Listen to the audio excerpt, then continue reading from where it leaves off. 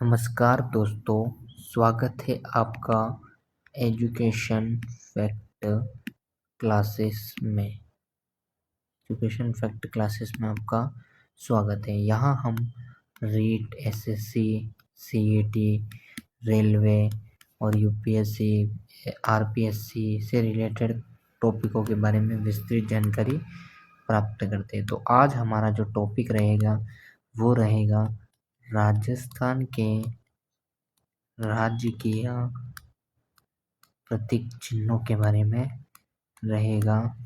प्रतीक चिन्ह के बारे में हम पढ़ेंगे। तो सबसे पहले हम जो पढ़ रहे हैं वो आ जाएंगे प्रतीक चिन्हों में से, यानी कि राजस्थान का जो है वो राजकीय पशु क्या है, और उसमें भी पहली कंडीशन में आ जाएगा पालतू पशु कौन है। तो पालतू पशु की हम यदि बात करें तो पालतू पशु में हम पढ़ रहे हैं ऊँट के बारे में। ऊँट जो है वो पालतू पशु है। ऊँट के बारे में सबसे पहले बात करें तो इसका नाम हो जाएगा, वैज्ञानिक नाम पूछे, ये बहुत बार क्वेश्चन आया हुआ है, वैज्ञानिक नाम क्या है इसका। तो वैज्ञानिक नाम जो है इसका हो जाएगा कैमेलस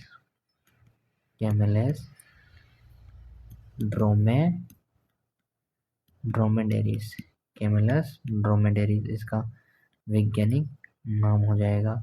यदि पूछे तो इसको जो है दर्जा, यानी कि पालतू पशु का जो दर्जा है वो कब मिला था, तो वो आपको मिला था इसको 19 सितंबर 2014 को मिला था। 19 सितंबर 2014 को पालतू पशु का दर्जा मिला था। यदि पूछे तो जो ऊँट है, ऊँट वो भारत में सर्वाधिक कहाँ पाए जाते हैं, तो राजस्थान में। राजस्थान में भी कहाँ पाए जाते हैं, तो जैसलमेर में। यानी कि इस प्रकार आप शॉर्ट नोट्स बनाते हो ना, ऊँट भारत में सर्वाधिक राजस्थान में भी सर्वाधिक जैसलमेर में, तो ये अच्छा रहता है। यदि पूछे हम ऊँट जो महोत्सव है, ऊँट महोत्सव की बात करें तो ऊँट महोत्सव जो है वो कहाँ मनाया जाता है, तो ये हमारे मनाया जाता है जोहड़बीड़ बीकानेर में। बीकानेर में मनाया जाता है। और यदि ये ऊँटों की सर्वाधिक संख्या तो आपने जैसलमेर में बता दी, और न्यूनतम की यदि बात करें हम तो न्यूनतम ऊँट सबसे कम कहाँ पाए जाते हैं, तो ये प्रतापगढ़ में पाए जाते हैं। अब यदि ऊँटों के बारे में हमने इतनी बात तो कर दी है, तो ये भी कर देते हैं कि ऊँटों का एक होता है अनुसंधान केंद्र। अनुसंधान व संस्थान जो है ऊँटों की वो कौन सी है, तो केंद्रीय ऊँट अनुसंधान केंद्र जोहड़बीड़ बीकानेर। यदि संचालित जो होती है वो ICAR है, और ये केंद्रीय ऊँट अनुसंधान केंद्र जोहड़बीड़ बीकानेर में। अब दूसरे की बात करें हम, पहला हमने ऊँट ले लिया था, तो दूसरा जो है वो राज्य का राजकीय शास्त्रीय नृत्य। यदि पूछे शास्त्रीय नृत्य, तो शास्त्रीय नृत्य जो है वो क्या हो जाएगा हमारा, तो वो हो जाएगा हमारा कथक। क्या हो जाएगा, कथक जो है वो हमारा शास्त्रीय नृत्य हो जाएगा। यदि इसके प्रमुख कलाकार की बात करें हम, कलाकार कौन है, तो कलाकार हो जाएगा बिरजू महाराज इसके प्रमुख कलाकार हैं। और लच्छू महाराज, यानी कि महाराज लच्छू महाराज इसके प्रमुख कलाकार हैं। इसके बाद यदि बात करें तो प्रेरणा श्रीमाली इसकी प्रमुख कलाकार है। और यदि इनके प्रवर्तक की बात करें तो यानी कि प्रवर्तक कौन है, तो इनके प्रवर्तक हो जाएंगे हमारे भानु जी इनके क्या है, प्रवर्तक है। और ये किस घराने के, तो ये जयपुर घराने के संबंधित है, जयपुर घराने से संबंधित है। यदि इसके बाद हम बात करें तो हो जाएगा हमारे राज्य कवि के बारे में हम बात करें तो राज्य कवि जो है वो कौन है? राज्य कवि जो है वो कौन हो जाएंगे हमारे? राज्य कवि जो है वो हो जाएंगे हमारे सूर्यमल मिशन हमारे राज्य कवि हो जाएंगे। इनका जो जन्म है वो हुआ था हमारे हरना गांव बूंदी में इनका जन्म हुआ था। और राम सिंह प्रथम के दरबारी कवि थे। ये जो थे वो किसके दरबारी कवि थे? तो राम सिंह प्रथम के दरबारी कवि थे ये। राम सिंह प्रथम के दरबारी कवि थे। अन्य प्रमुख रचनाएं, यदि इनकी रचनाओं के बारे में हमें पूछा जाए तो रचनाएं कौन कौन सी हो जाएगी इनकी? तो रचनाएं जो है वो हो जाएगी, एक तो हो जाएगी वंश भास्कर जिससे रिलेटेड बहुत बार क्वेश्चन आया है वंश भास्कर। फिर दूसरी हो जाएगी वो हो जाएगी वीर सतसई का भी क्वेश्चन पूछा हुआ है। फिर सतीरासो हो जाएगी, क्या हो जाएगी? सतीरासो हो जाएगी। इसके बाद हो जाएगी चंदमयुग हो जाएगी। ये हो जाएगी इनकी रचनाएं। इसके बाद हम 4th नंबर की जो बात करें वो हो जाएगा हमारा राज्य वाद्य यंत्र कौन सा है? तो वाद्य यंत्र जो हो जाएगा वो हमारा हो जाएगा अलगोजा। मैं आपको अलगोजा का फोटो भी बता देता हूँ। देखो, आपको अलगोजा का फोटो बताऊँ तो ये है हमारा अलगोजे का फोटो, आप गौर से देख सकते हो।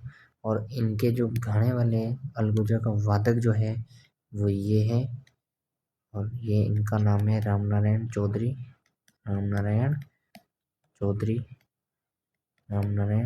चौधरी इनके प्रमुख कलाकार है, जो क्या है, नाक से बजाते हैं। क्या करते हैं ये? नाक से बजाते हैं। इस अलगोजे को क्या करते हैं ये? नाक से बजाते हैं।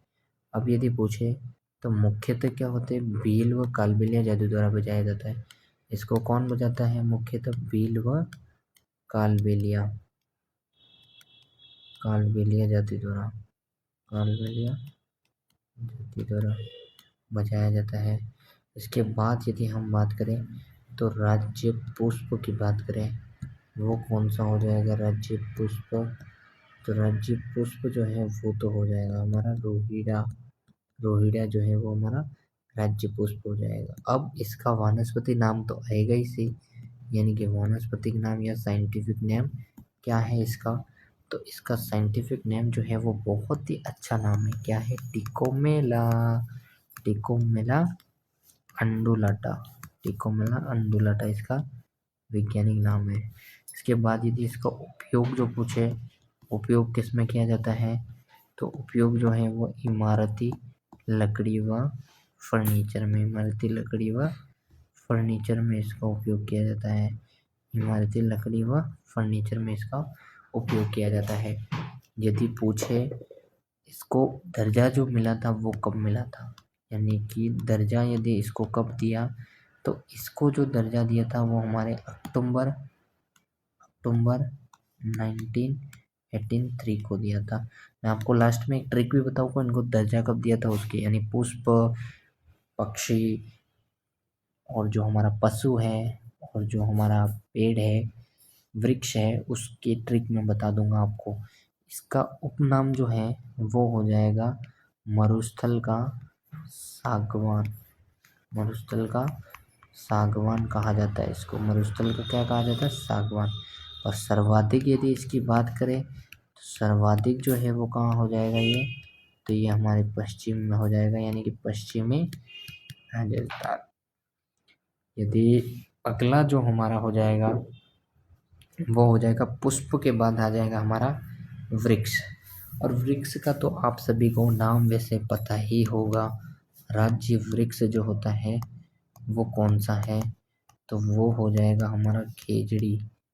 खेजड़ी हो जाएगा। खेजड़ी का वानस्पतिक नाम यदि पूछे तो वानस्पतिक नाम जो है वो हो जाएगा हमारा, इसका वानस्पतिक नेम क्या हो जाएगा हमारा, वानस्पतिक नेम जो है वो हो जाएगा हमारा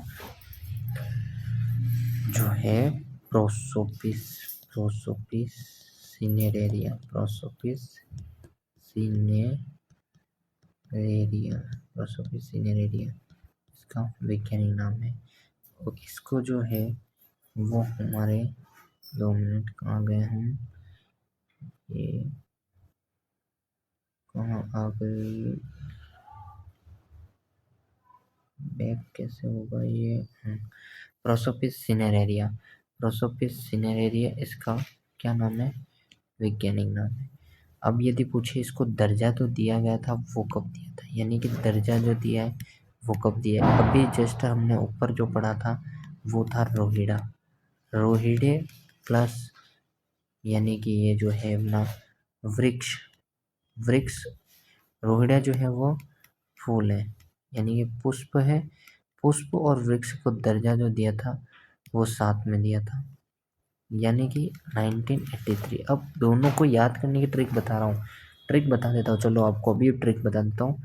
1983 अक्टूबर की बात करें तो ये दिया गया है आपकी जो वनस्पति से रिलेटेड है, जैसे कि फूल और वृक्ष।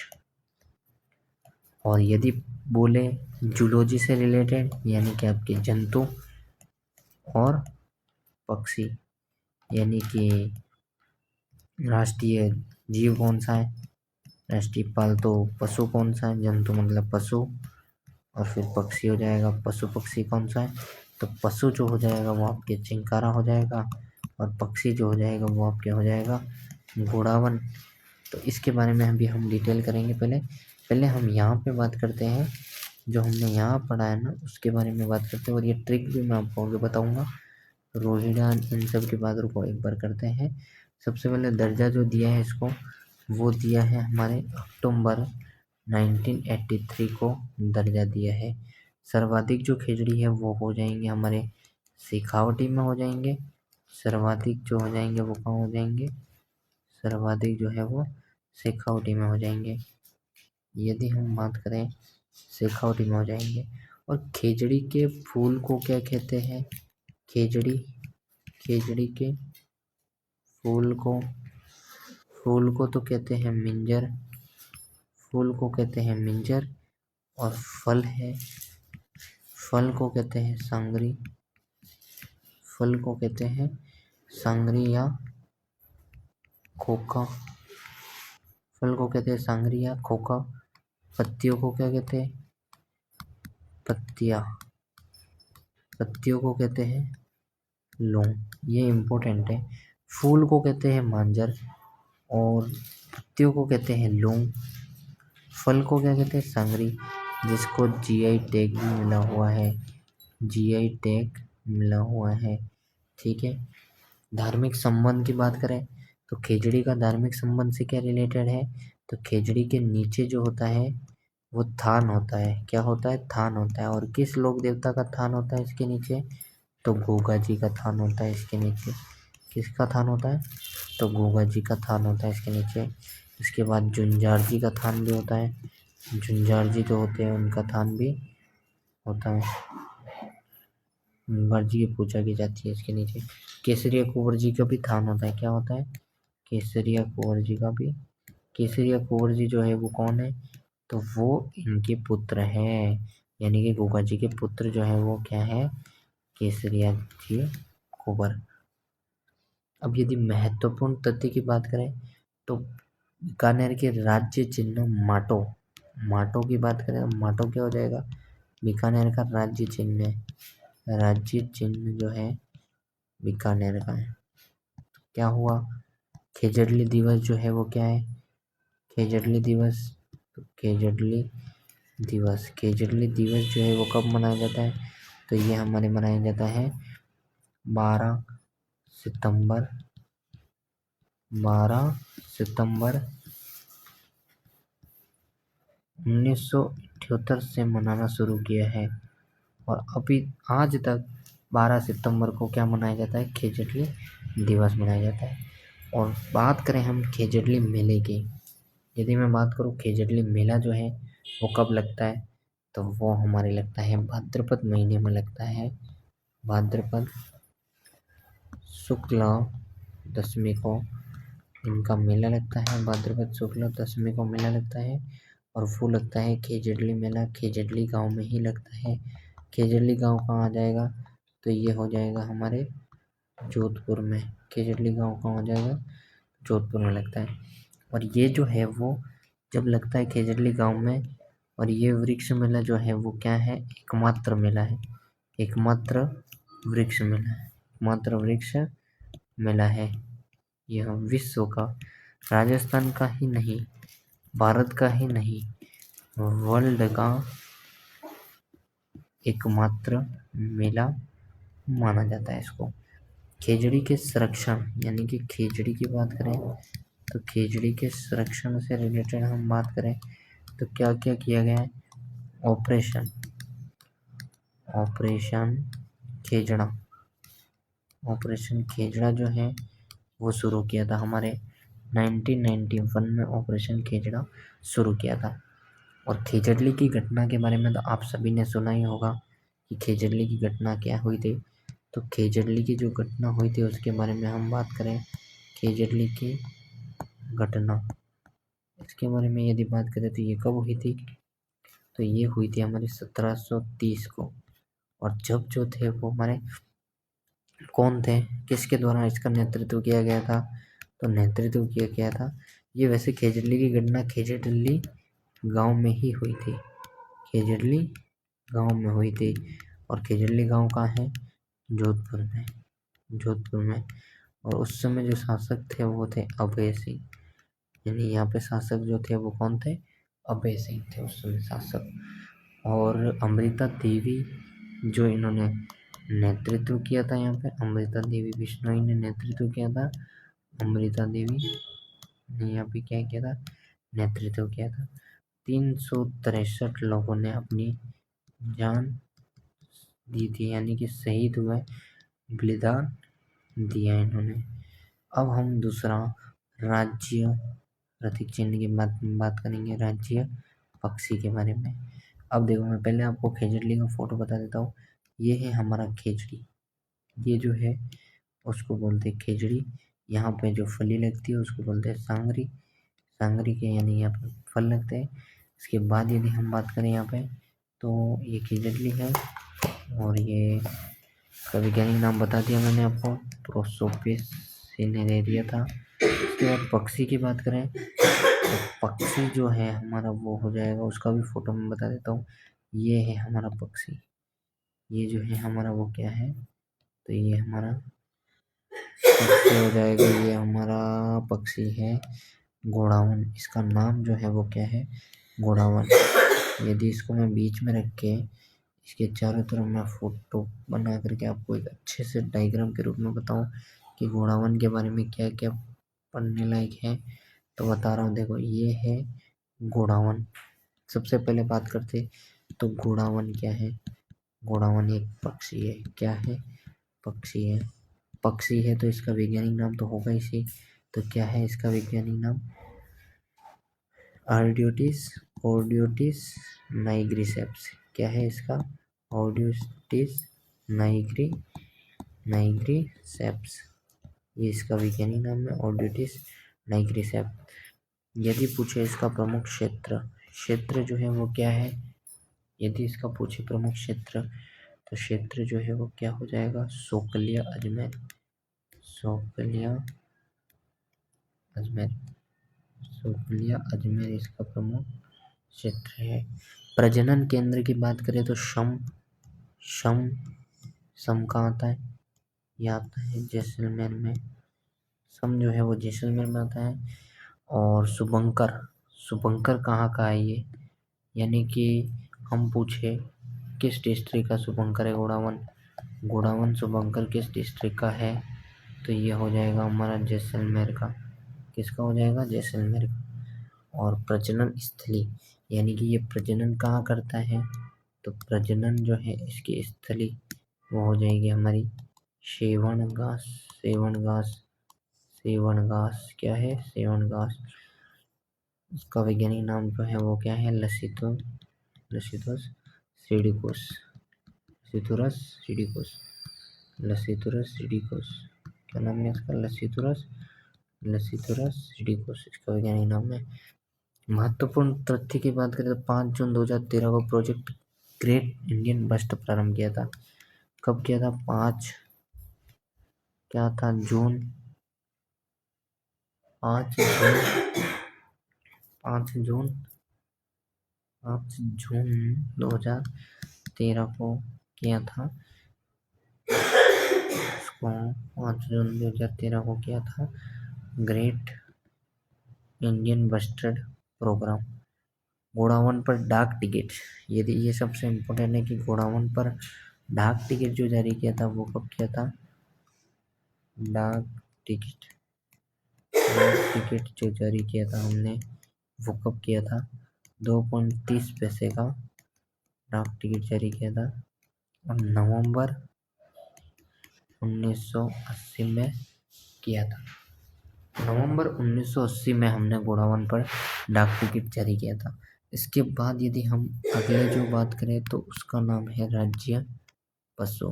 राज्य पशु की बात करते हैं, राज्य पशु की बात करें तो इसका नाम जो हो जाएगा वो है चिंकारा। यदि मैं सबसे पहले इसका फोटो बता दूँ आपको चिंकारा कैसा होता है, तो ये है चिंकारा, ये है चिंकारा हमारा।